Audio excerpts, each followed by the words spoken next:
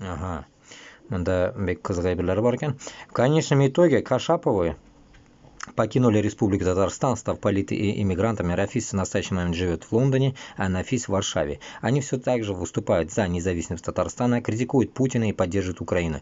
Наши предки татар задолго до выявления русских на Волге, Урале, Кавказе и Сибири жили и строили свои государства на пространствах Евразии. Об этом мы никогда не должны забывать. Дорогие наши соотечественники, желаем вам принять активное участие в данном мероприятии. Мына с уважением, мына шул кешеләр. Короче говоря, Татарстан, Башкортстандагы халыкка, мин үземне телем белән әйтәм инде, нәрсәкәй, уже әзгенә селкенә кымыллый башларга кирәк, как говорится.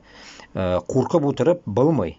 Путинны ягын алмаска кирәк. Алырга кирәк Татарстан һәм Башкортстанны ягын алырга кирәк. Безне халыкларны уйларга кирәк. Если сез безне халыкларны яратасыз.